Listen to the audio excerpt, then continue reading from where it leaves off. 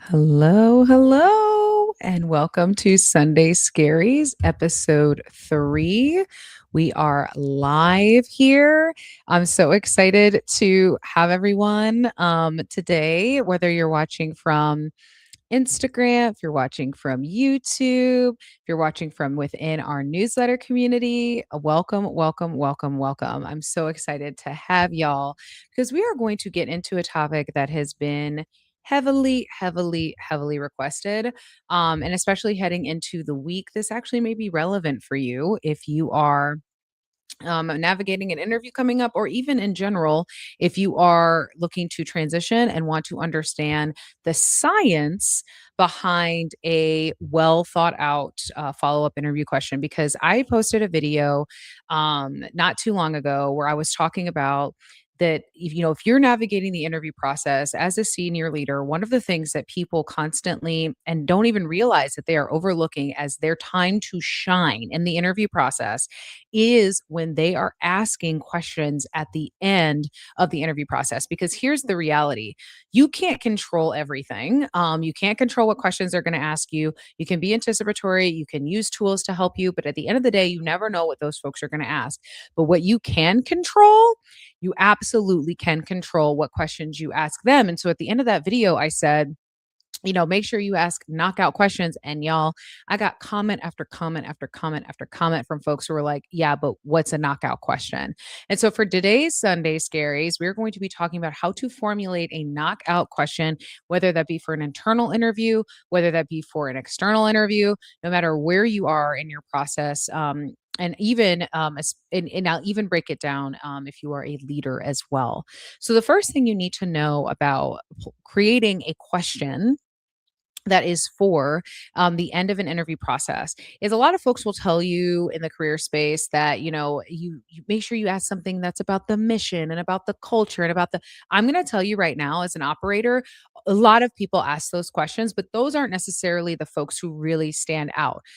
The folks who stand out in the interview process who have prepared questions are the folks who are able to align their questions to show that you are strategically centering yourself towards what the strategy is for the business and how your role will align to that. So how do you do that? The first thing that you're going to do if you're in an interview process, if you're about to go into an interview this week and this video has come across your page, right? And you're watching right now, is I want you to first think about, okay, what research have I done about this business? Now, when I talk about research, I don't mean just going to their website or going onto Indeed or going wherever to look up, generally what the business is about. I mean deep research, because here is the difference. If you are excited about a job, the first thing you have to do in order to nail that interview process is this: you have to do deep research on the business, because most folks don't. What I mean is, let's say you are interviewing for a company and you first go to Google and you search up that company. Yes, should you be looking through their website and looking up what they're into? Yeah, but that's their PR positioning, right? That's their marketing. Can it help you in framing responses in the interview process? Yes. But that next step is doing a deep dive. When you tab on that news section on Google, it is going to give you the most up to date information about that business, any acquisitions, any new releases, any new products. It's going to give you a ton of data. And not only that, but as you search for that business, you may also find articles from potentially one of your hiring managers or a member of senior leadership. So, an example of this where this will aid you, and we'll come to the second part of formulating good quality questions in the interview process in a minute, is by jotting down the things that you feel directly relate to where you're trying to fit in with the organization. So if you're applying for a marketing role and you notice that there recently was the onboarding of a new chief marketing officer at that business, you want to save that article and read through it thoroughly, because you're going to get a lot of insight from that business and where their strategy is, because you're applying to a marketing role and they just hired a new CMO. The next thing you're going to do in your research process is you are going to research who is going to be interviewing you. So let's say you are at an organization where they do tell you you're going to be interviewed by the VP of this or the head of that. That is all you need to just start your deep research on LinkedIn. Now, I've gotten questions about this before where folks are like, Beverly, isn't that weird? Like, should you isn't it weird to be deep researching folks and looking folks up on LinkedIn? No, because if they're allowed to do it with you as a candidate, you absolutely are allowed to do it with them. And my philosophy is that if it's public, it's not proprietary, meaning you are absolutely able to reference it in your process. Now, again, we're going to come up in a minute to talk about how to do so. But what I want you to do is if they say we're going to be interviewed by the manager of operations, I want you to go to their company's LinkedIn page. I want you to look up and see who works at that company. And then I want you to find, okay, who's the manager of operations there? Now, obviously, if this is a thousand-person company, it may be a little bit more difficult, but what you can do at least is you can start to narrow down, okay, based off of maybe the specific function that you're in or the specific job title you have, this could be the person who's going to be interviewing me. But for smaller organizations, it's a really easy way for you to quickly understand, oh, okay, this is the person who is going to be assessing me for this role and potentially be my supervisor or on my supervising team. The reason why that is important is because of step three. So now you have researched the business, you've done deep research on Google about the business or any search engine of your choosing. In fact, you could even use a tool like Perplexity to do deep research as well on data and context relating to that organization. But the second step is going on LinkedIn, looking for those folks who are working at the company.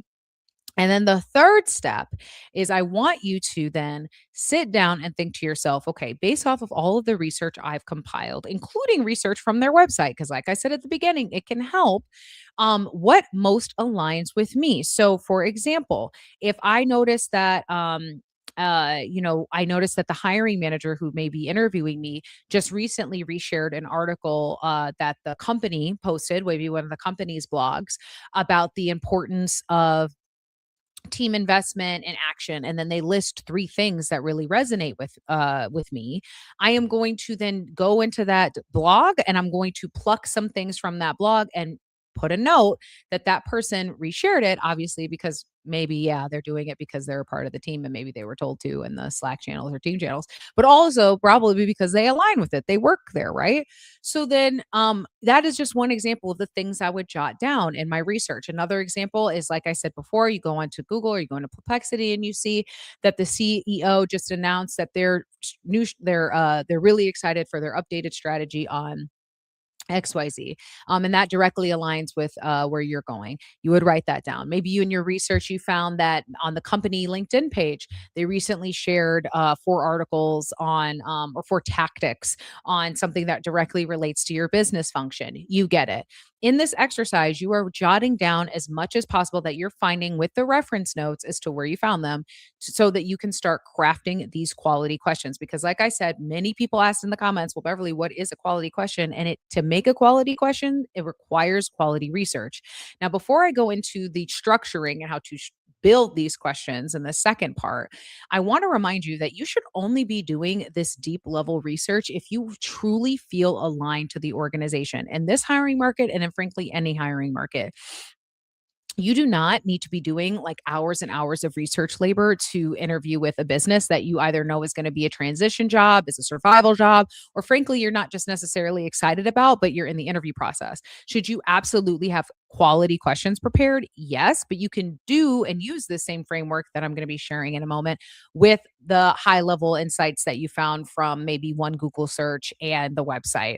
The deep stuff that I'm talking about here is really for when you're like, I know that this job is for me. I know this job is aligned and I want to give myself the best chance at it. This is how you would do that. Now, after you've compiled all of the research that you feel is aligned to not only your job, your goals for your career, the next thing you're going to do to craft the quality questions is you're going to have what I call the tiered question structure. So there's 3 tiers. The first tier is culture questions. So this is for, remember, you are investigating that business just like they're investigating you. So you should be asking questions about their culture to better understand how they think, what they prioritize, and what ultimately is going to be expected of you. So that's the first one. The second one is strategy. So you need to understand strategically how this business aligns with not only investing in you as an employee, but also like this job. Is this a job that has been um it has been needed for a while and they're going to be really excited about you? Is this a job that's new? There's strategy questions, and how does that feed in with what the business needs are? And then the third tier is in relation to growth and your experience overall as an employee in your career. Because at the end of the day, these businesses that you're applying to, their job, while yes, you're there to work and whatever the case, you cannot forget your own career in the process of interviewing. Even if you are in a transition job, you have to ensure that you are asking questions that are going be to be able to pick out whether or not you're going to fall flat there, meaning that they're going to stagnate you until you either leave or they riff you, or they're going to invest in you professional development wise, so you know that there is a pathway for you to grow. And also that helps with negotiation. If they say that they're deeply committed to their staff, and then you ask them questions about what that commitment looks like, yeah, it's going to give you insights on whether or not they're talking crap. Okay. So, with those three tiers, we're going to first start with the culture tier. Okay. Now, like I said before, a lot of folks in my experience will stop at the website when it comes to making culture related questions. And this is where I really want you to dig deeper. So, let's say you find an article that is from the CEO, and they say, we're really excited to encourage acceleration. But most importantly, we've really been investing in our team dynamics, our culture um, of punching up and raising all boats is really important to us, and ensuring that we're really lifting our team up as we hit these goals moving forward. After you've grabbed that quote, what you're going to do is you're going to say, insert reference here. I saw in a recent article that the CEO stated that one thing that they're excited about with the company is the continuation of emphasizing raising all boats with the team and elevating them to achieve their goals. So now the second element is, are they for real about that, right? So the second element of that question is, so can you please describe a time where you and the team raised each other up in order to achieve a goal? Another way you could ask that is, I recently saw in an article in Forbes that the CEO stated that a real big emphasis for the team this next year is the concept of raising all boats to ensure that the team meets success metrics. Can you please, describe to me what that looks like in practice here, and maybe give me an example of where you have seen leaders elevate the team as they've reached new metrics? So, what you're doing is you're immediately referencing the research and the article that you've pulled and its relevance, because you're asking about the culture. And then you're going in with what you're really looking for. Now, in this case, you're trying to ascertain whether or not they really uplift their team, or if they're just saying that, and what that actually looks like. Give me an example, because you, as the interviewee, are going to get a ton of data from how they answer that. If they say, well, I one way we've raised each other up is we do kudos in our Slack channels, and we just like shout each other out. And we want to just keep doing that. And we think that's really great. Well, for you, that might be okay. For somebody else, that might be like, that's what you consider raising each other up. Okay. Versus another leader might say, well, we're really prioritizing focus on professional development. So when we say uplift, we mean we want everyone to elevate. So one way we've done that recently is we just added a new policy where after you've been at the company for 6 months, you get access to this professional development budget. But not only that, we actually just announced a partnership with this new online learning platform, which will help you formalize certification for. Mm, that tells me that they're actually putting their money where their mouth is, and I'm now excited because, yeah, that sounds a little bit better than just kudos in the chat. So, as you are crafting the culture questions, you wanna make sure in the back of your mind, okay, what I've gotten the research, I've gotten something that I feel really like speaks to culture. What am I trying to find out? Now, if something is really important to you, let's say, um, work life balance, because this is a question I get a lot in the interview process where folks are like, can you tell me what work life balance is like here? I'm going to tell you right now, no leader will tell this to you. But when a lot of leaders, especially toxic ones, hear questions about work life balance, they hear that you don't want to work. And I know that is insane. I know that sounds nuts, because Everyone should be striving for work-life balance. But if I had a nickel for every time a candidate has asked a question specifically like, what does work-life balance look like here? And I watch as my sometimes more toxic colleagues will immediately turn off because they're like, "Oh, work-life balance. Okay, this person maybe just is gonna be clock in, clock out." However, there are ways for you to ask questions so that you can still get a good answer as to what work-life balance actually looks like. Here's another example. Let's say you saw on LinkedIn that the hiring manager that is currently interviewing you recently reshared um the celebration of an employee winning employee of the month, and also commented that they recently beat their benchmark. So they were celebrating this person for beating their benchmarks. One thing you could ask is, I saw a LinkedIn article that you posted recently. Congratulations on making employee of the month. That's really exciting. And I'd really like to ask you, in what ways has the company really nurtured your growth, not only personally, but also professionally? Okay. Because if that employee who is in this concept, a star employee says, well, professionally, I mean, my gosh, I've had so many opportunities to do da da da da da da da da da da da da. Great. That's awesome. That means that the company invests in them.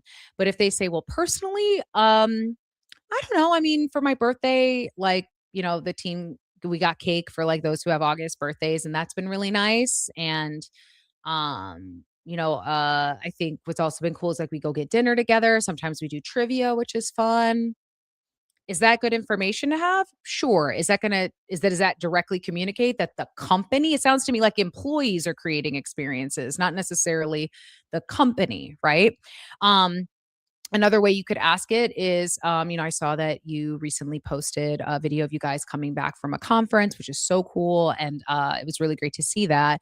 I'd love to ask you, after you come back for a conference, um, you know, uh, how does, how does support look to you as an employee as you're transitioning back into like the day-to-day grind, and because at a more I'd say a more employee forward company, they might be like, "Oh yeah, what's so great about working here is that after we get back from conferences, our team like allows us a couple days to just get back in the swing of things." Or my supervisor always encourages me to take a day off like before I get back in the flow because you are on for a conference.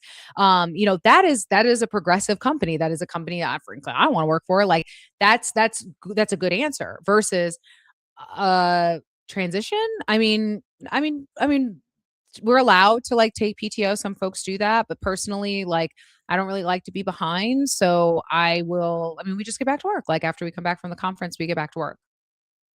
If that is a priority for you, then you have to weigh those questions.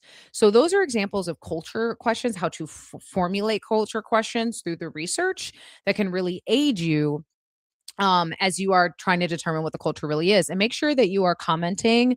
My moderator, Savannah, is in the comments.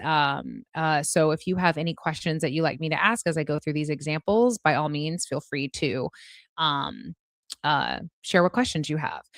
Now, for the second one, right? So we're talking about strategy. Going back to the research, let's say you find a strategic document. Maybe this is for a university, and you see the strategic plan for this current academic year.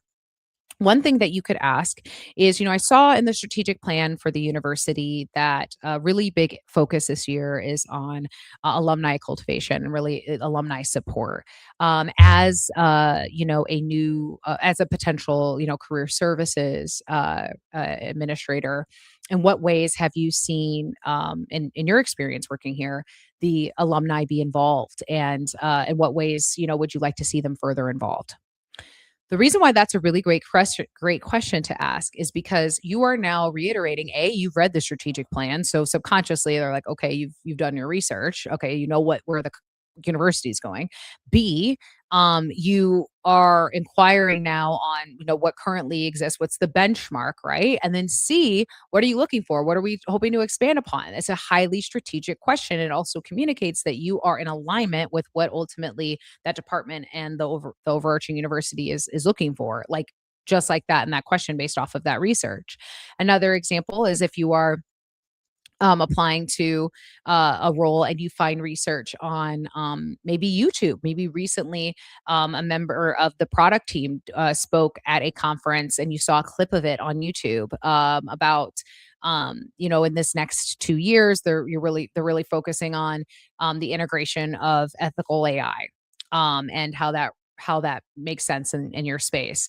You could ask, I just saw in this TED talk or interview that the head of product just did a talk about, the future of ethical AI and how it relates in this space.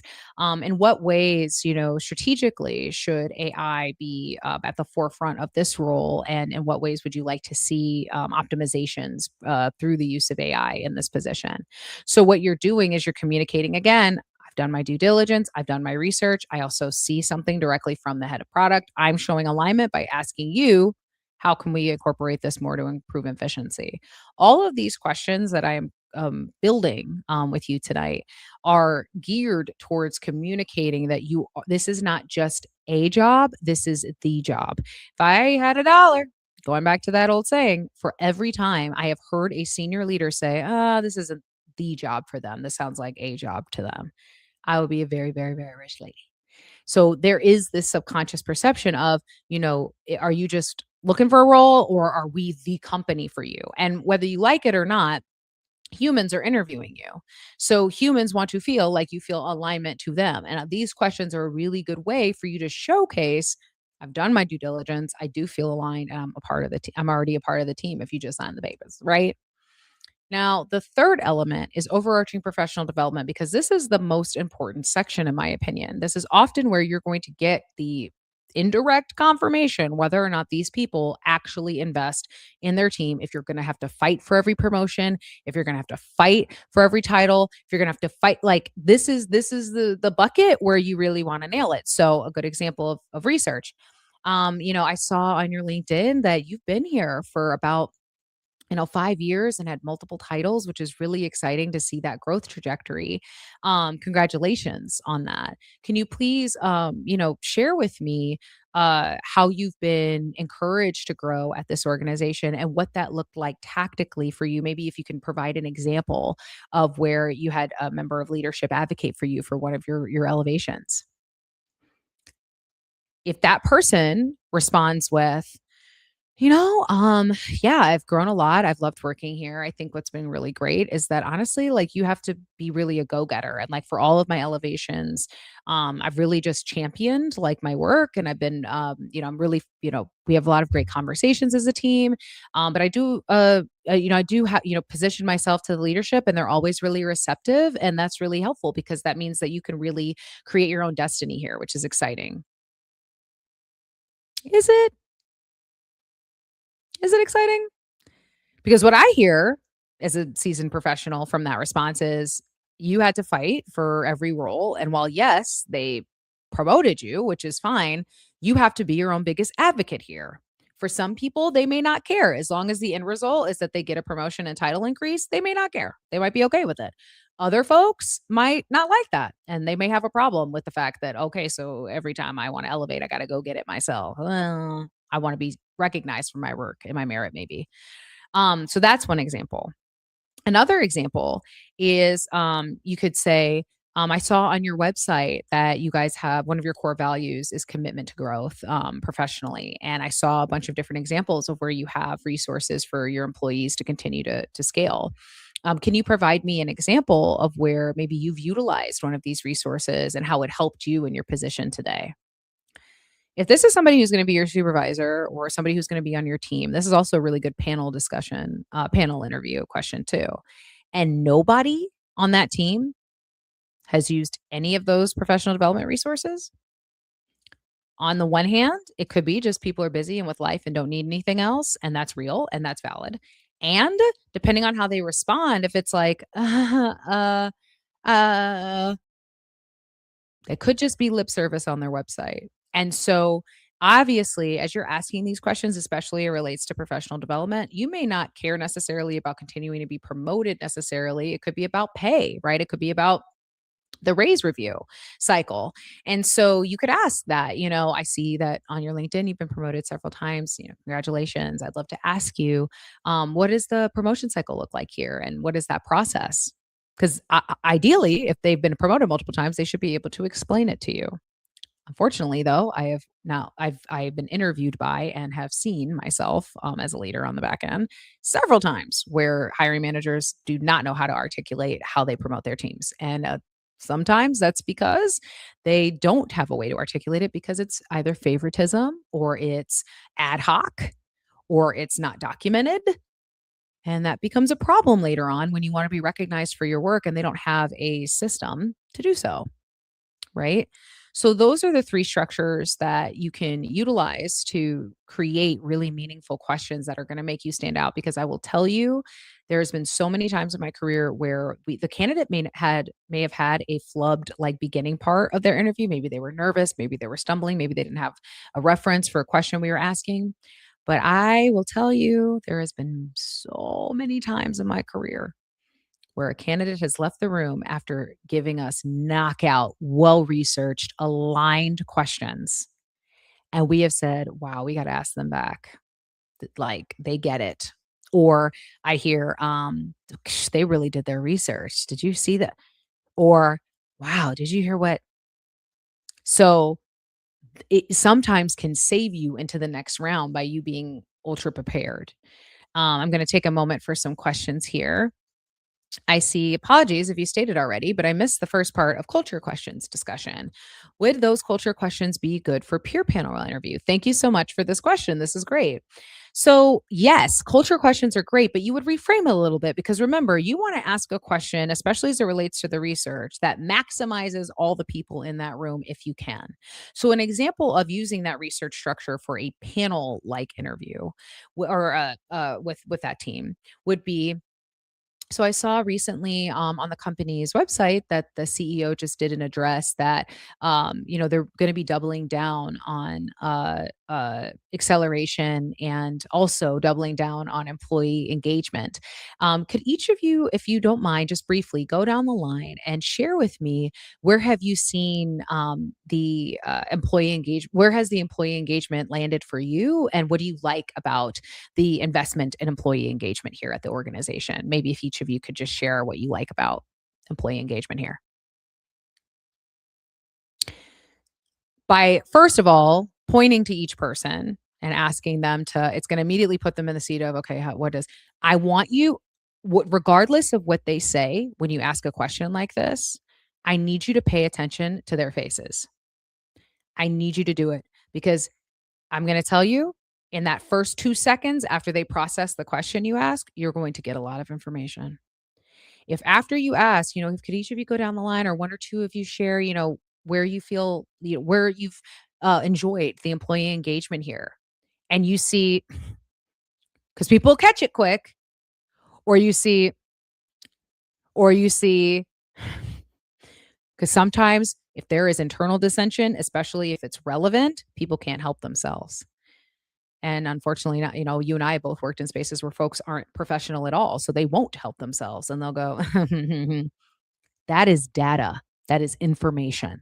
So that is an example of how you can apply that culturally. Another example for a panel interview would be, let's say you found a notice of acquisition, and maybe there was recently uh, layoffs at the team. One thing that a lot of candidates do, in my experience, is they will ask directly about layoffs, which is a big no no. Unfortunately, it is still considered a taboo thing to ask a hiring team directly. Like, can you tell me about, like, sometimes it'll be framed like, have you had recent layoffs recently or turnover? And if so, can you please share with me the strategy behind that? Mm-mm. Instead, at a panel interview, what you could say is, so I've seen that there have been a lot of transitions and changes at the organization, which also seems exciting, especially in the announcement of the recent acquisition with so and so and so and so. So again, locking in that research, you're showing them you're well researched. Maybe could each of you share with me some things that excite you about the acquisition and the changes that may come up? Maybe one or two of you could share what maybe is exciting about what this means for the company. you may get some positive responses. You might get a couple of folks and pay attention to their titles. If the director of product and the director of marketing are like, "Oh my gosh, we're super excited about, what this could mean for us," and blah blah blah blah blah blah, and everyone else is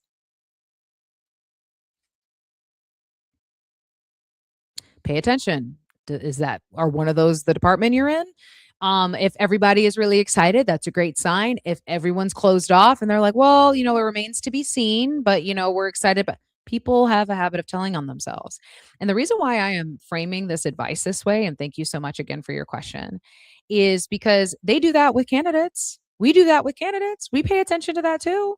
So if there's any leaders who are like, well, people shouldn't be reading into people's facial expression. We do it to them. We do it to leader. We do it to candidates. Leaders do it to each other. We do it in leadership interviews too. Everyone does it, but candidates don't always feel like they can. So I want you to pay attention to those subliminals because you're going to learn a lot. And those are a couple of culture-based questions that you can ask to get a lot of key information. Somebody asked on Instagram, can you give some perspective on these when it's a quick screening call? Great, great, great question. So, what do you do when it's a quick screening and they're just trying to get the base level questions out the way? Well, there's a couple of strategies here because I will say that a lot of folks use the time at the end of the interview with the hiring team to ask questions that should go to the recruiter. And so, if you are being screened by a recruiter, my recommendation to you would be to ask them the questions you have about salary, about any of those PTO benefits, any of those questions. Do not ask the hiring team or anybody in the panel or anybody. Do not do that because a lot of times either A, they don't know. They don't know if they're not if they're not in HR or if they're not, they may not know. And so then you just wait, you might have wasted a question that could have really, really benefited you. Ask the people who actually know the information, which would be the recruiter or the HR lead who might be doing the screening call. So that's where you would say, can you walk me through the timeline for the process? It would be helpful to know, not ultimately, the time to fill, but just also to, how many rounds, and that would be helpful for me as I, dive in by asking them to tell you how many rounds there are or to dive into the process, all of those things. You're going to learn, is this something that they're serious about filling? Is this something that they're just, oh, well, we usually take, we're not really, are they in a rush? You're going to learn a lot of information there. You would also ask, I saw going back to the research element, I saw recently in an article that um, uh, the you guys are really investing in the client success team at this organization, especially in light of the recent partnership that was just announced. As a potential client success manager, what are some of the core skills that you are really looking for somebody in this role, specifically in light of that partnership?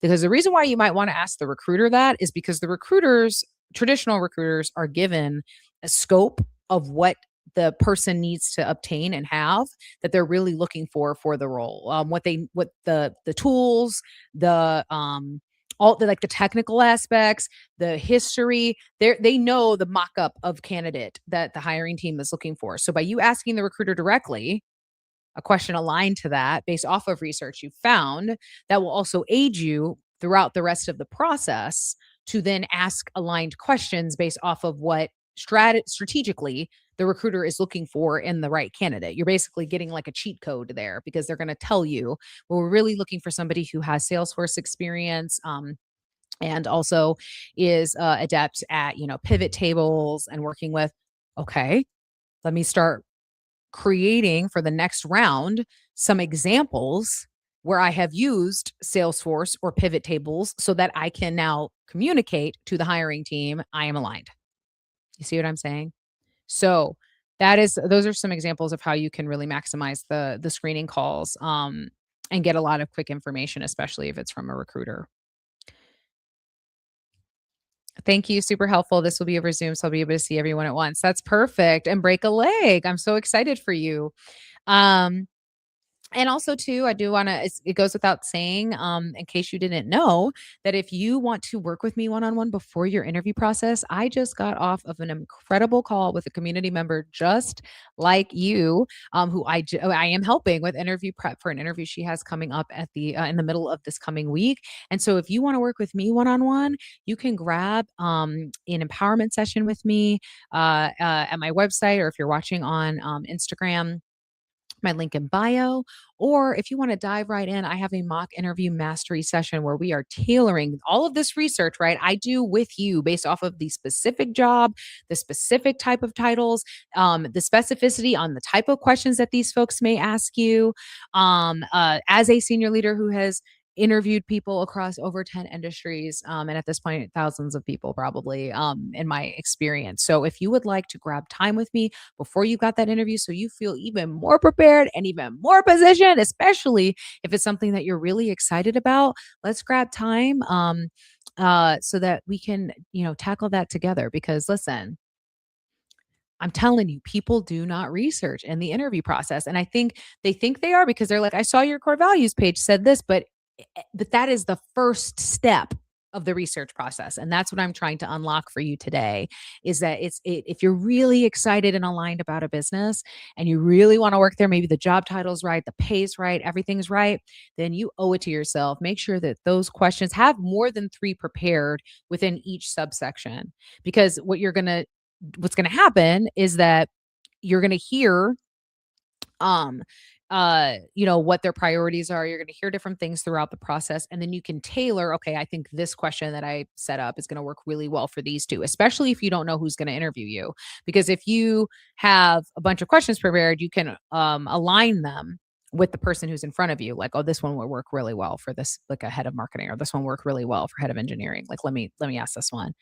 And that way you're always prepared. This has saved me so many times in my career. And it has been one of the most satisfying things to be really excited about an opportunity and then to hear from a senior leader say, wow, girl, you really did your research. Sure did. And now you will be able to as well. Um, so I can't trust like those different structures, and like doing there's so many different ways to do research. Again, a lot of these senior leaders get interviewed, they post their own stuff on LinkedIn. If it's public, it is not proprietary.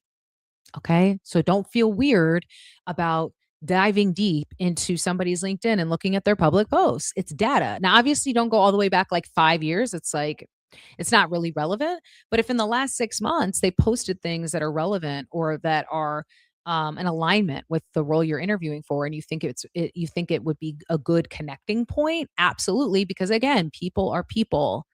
So if I am a se so I'm a senior leader, right? If I have somebody who's interviewing with me and they say, "Beverly, I just saw recently that you posted this article on, how the recruitment process is failing a lot of businesses because of a lack of automated processes." And I wanted to ask you, as somebody who's interviewing for the HR lead role here at your company, what are some automations that you would like to see enacted, like, immediately to help with lift on the team?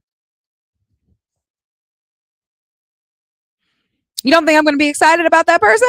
Because I'm now going to be thinking, yes, actually, I could really use help with. I'm going to be saying, I am also like a rather, exuberant person, but like, I'm going to go, oh, yes. Like, you know what? There are so many things that would be a help. Off the bat. First of all, now you have a cheat code for your first 90 days, because guess what? I just gave you the low hanging fruit that you can now grab and show up as a freaking rock star the first month as you write down those notes, which, by the way, you should be bringing to an interview process. Do not listen to weirdos on this platform or others who are telling you not to bring notes in the interview process. C suite bring portfolios to the interview process. Bring notes so that you have your prepared questions to the side and you can take notes on what they say. There is nothing wrong with being prepared. And you absolutely can bring a portfolio with some notes to jot down what they say. Because again, if I'm saying, oh man, I could use automation with this and this and this, write them down, because you just gave yourself the roadmap for the first couple months of wins for you. I'm spitting free game here, y'all. Because I can't, there's been so many times where I've done this, right? I come in, I'm fixing, fixing, fixing, fixing. People are, how did you know that we needed, how did you? I was paying attention in the interview process. And multiple employees said that getting this particular process right has been impossible. So I'm making it my goal to not only get this process fixed, but also gain traction with the team as a player that is going to solve problems quickly. It becomes a playbook for you.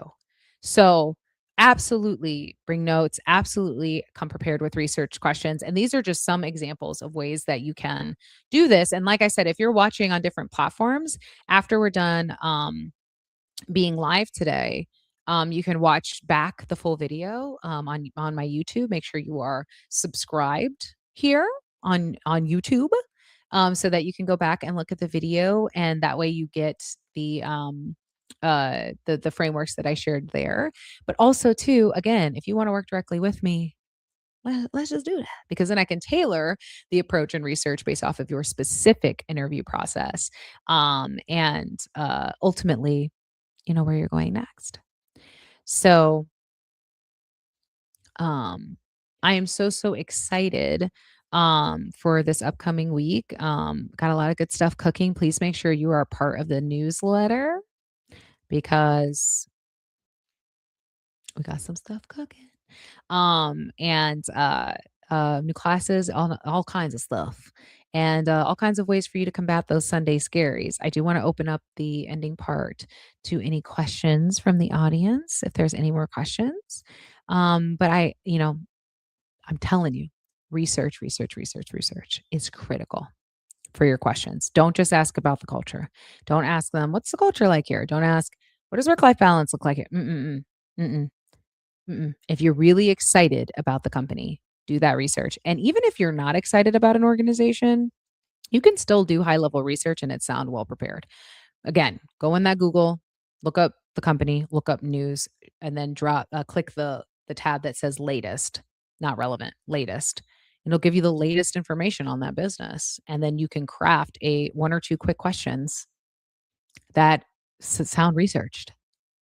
And leadership looks for that. They're looking for strategic minds. They're looking for, and if you're watching this and you're saying, "Well, Beverly, I'm an entry level employee, and I mean, look, is it going to matter if I use research? Like, is it?" Yes, yes, because at every level, they want to understand that that person's aligned to the business and where it's going.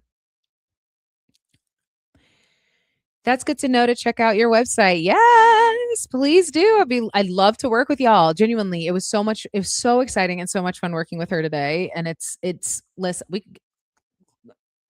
we're ready to get to work. Would you be able to assist with personality culture fit interviews? Absolutely. What I understand is after you get past the manager, it's more about personality fit. Yes, yes, yes. I love this question because how do you do that? How do you assess culture? I'm going to give you all a really funny story. At least it's funny to me. We'll see.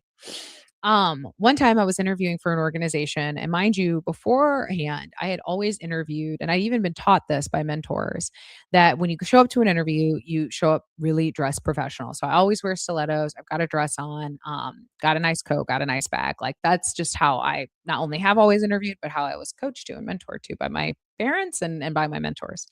However, I had never worked at a startup before, and, I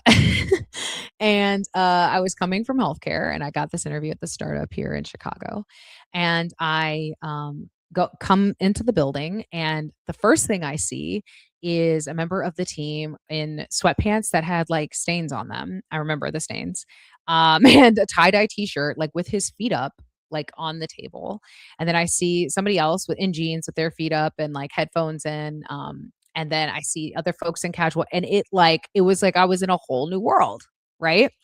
And so fast forward to me going through the interview process, one of the first things that the CEO said was like, "Wow, you look really nice." I'm like, "Thank you," because I'm looking around like, "Ooh, this is really casual." The next time I interviewed, this goes back to like subconscious cues, right? Did I look nice? Absolutely. Did I dress up? Of course. But did I tone it down just a little bit so that I appear to be in more alignment and more relaxed? Because there is such a thing as if they're a bit more of a relaxed environment, a bit more connected in that way, and I show up as really stuffy, right? Subconsciously, there's signals that are flaring, like, this person may be a little too formal for us. So that next interview, I showed up a little bit more dressed down. Was I still in a dress? Yes. Was I still? But it was. I didn't bring all of the goodies, right? Because I could see culturally, okay, this is how folks are. So that's one example of like, look around you. What do you notice? If it's an in-person interview, what do you see, right? Another thing is culturally, especially if you are in office, like pay attention. What do you see on the walls? What do you see in the CEO's desk? What do you see on there's been plenty of times too where, especially as I've made it to later rounds in the interview process, I'll see something on like this C-suite's desk or my supervisor. That becomes a connection point. I know that there's a lot of nervousness. I empathize with that too. And you're getting data points. So for example, if you see um as they do the tour with you before they interview you, that on that person's desk is a musician, like pictures of them at a concert, or a musician that you like. Maybe it's a figurine or something like that. Oh my gosh, I love that artist too. I recently was at that's your window. That's your opportunity to like crack that open a little bit. And share with them, something about you personally that again shows your personality, shows that you're comfortable, shows that you're willing to engage that way. Tactically though, in the interview process, especially if you're working remote and maybe you don't have the opportunity to kind of like look around and see those things and all of the other elements. If you are in a virtual interview and you're trying to showcase that you're personality aligned, going back to the research I said, one example of this that really helps, right? Go to the website, look at what they do together. Sometimes it's that simple. Companies will show what they do together.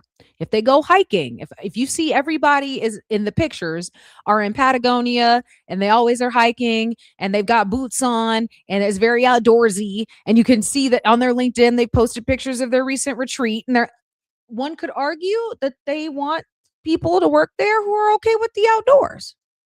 Now yours truly, I'm a bit of a glamper. So would I work there? Maybe not. If they're expecting me to be in the woods, maybe not. That might not be for me. But for somebody else, okay. I don't mind it. I don't mind camping, everyone. Okay, fine. So I'm going to mention that when they ask me to tell me about yourself. I'm going to do the halo effect.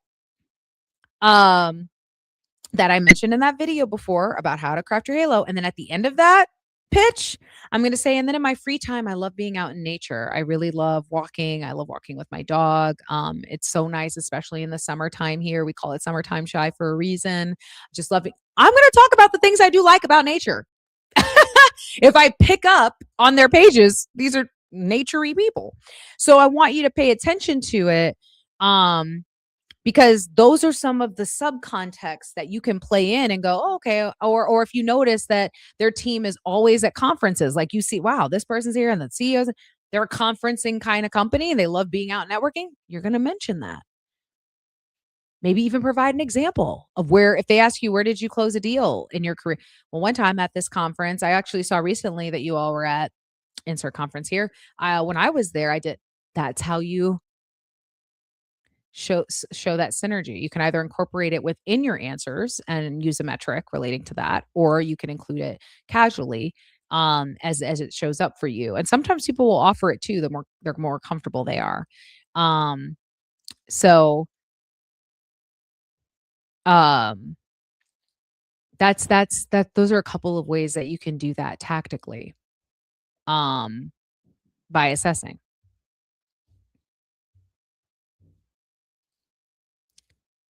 Are there any more questions? These are great questions, y'all, as it relates to. And like I said, if you have a job interview coming up that you're excited about and that you really want to make sure you're set up for success for, you and I can meet and go through it together strategically. And it's probably one of the few opportunities you'll have to interview with a operator and senior leader who has it was actually one of the running jokes at a business I used to work for was it's easier to ask Beverly what she hasn't done than it is to ask her what she has, because I've led and supported so many different departments over my career. So being interviewed by somebody like that is invaluable, and it would be an honor to support you. If you fit in with them, has that been my experience? Do you mind if you can reframe that question? That would be super helpful, just so I know exactly what you're asking.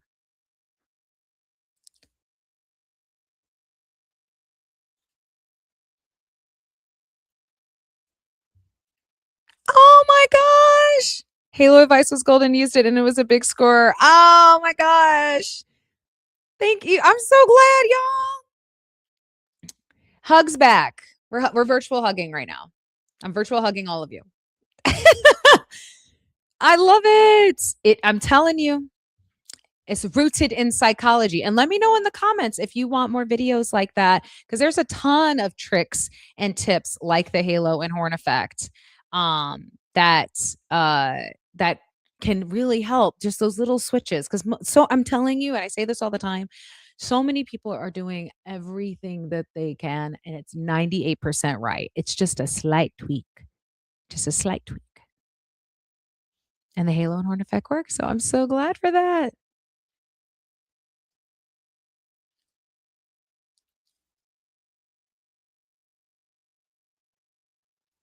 Oh, I think I understand. So at that point, they're truly assessing if you'll fit in with them. Has that been my experience? So yeah, like if you're once they get past like the main competency elements, which are typically the first and second interview, is competency, alignment with the department, and then the panel interviews and interviews beyond that are just really assessing like if you get it, if you're in alignment, all of the things. Yeah, it is. It is a lot of it is personality, and that's why too. When you're interviewing, they know you can do the job. That's why you were given the interview, and I can't stress enough, like, we know you can do the job. We're excited about you because we know you can do the job. The question becomes, A, are your are you able to communicate, right, the applicability of what you've done to here? And will you gel? Will you be able to, fold right on in? To the team, or are there miscongruences? Because there has been so many there's, for example, when we ask a question about team involvement and like how do they like to be a part of the team and maybe invest in the team, some people knock themselves out if they say, well, for me, I really, I just do my job and I collaborate and I enjoy collaborating. But yeah, I do my work and I look forward to, doing a good job here. And they don't mention anything about like how they collaborate or that they collaborate. They just talk about, their work and like what they do. Culturally, that might be a problem if it's a highly collaborative environment.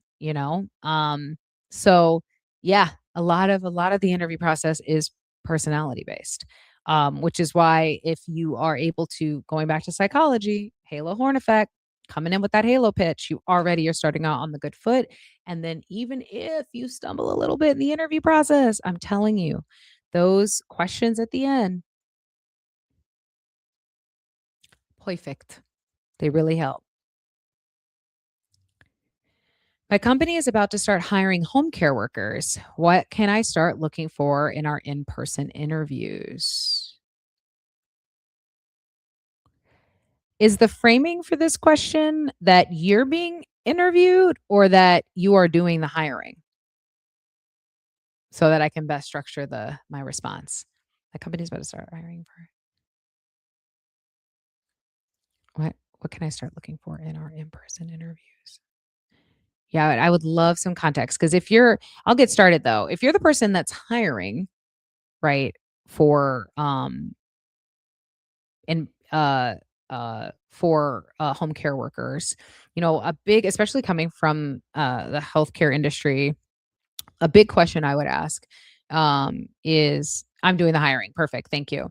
So, one thing I would be looking for sure is I would be asking questions about systems of accountability, meaning, if they have a allotted patient list that they're expected to be traveling to hither and yon for their work, I would be asking questions about, how do they stay accountable to the patient, each home patient's needs, what systems do they use to ensure that they're providing customized care for those patients so that they, are getting the care that they need. How do they I would ask questions about communication, because that's the thing is if, a home care worker is unable to get to a house on schedule, or maybe they get caught up at another home on the way.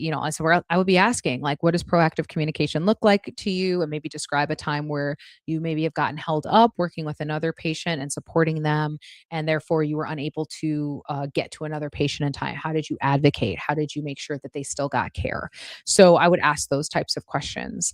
I would also be looking for transferability. I think one thing that is really often missed in the healthcare industry is that healthcare is holistic. It's not just, are you providing and administering services?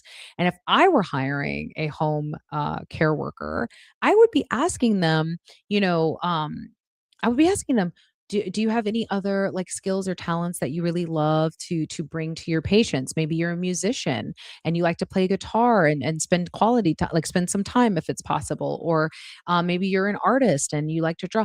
I mean, there's been so many times in my career where I've seen people bring that element. If maybe you've seen Patch Adams, right?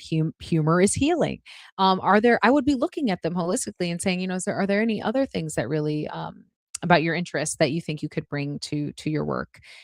Because that also heals and it also helps. And sometimes people who are in need of home health care, that may be the only person that they see for a while.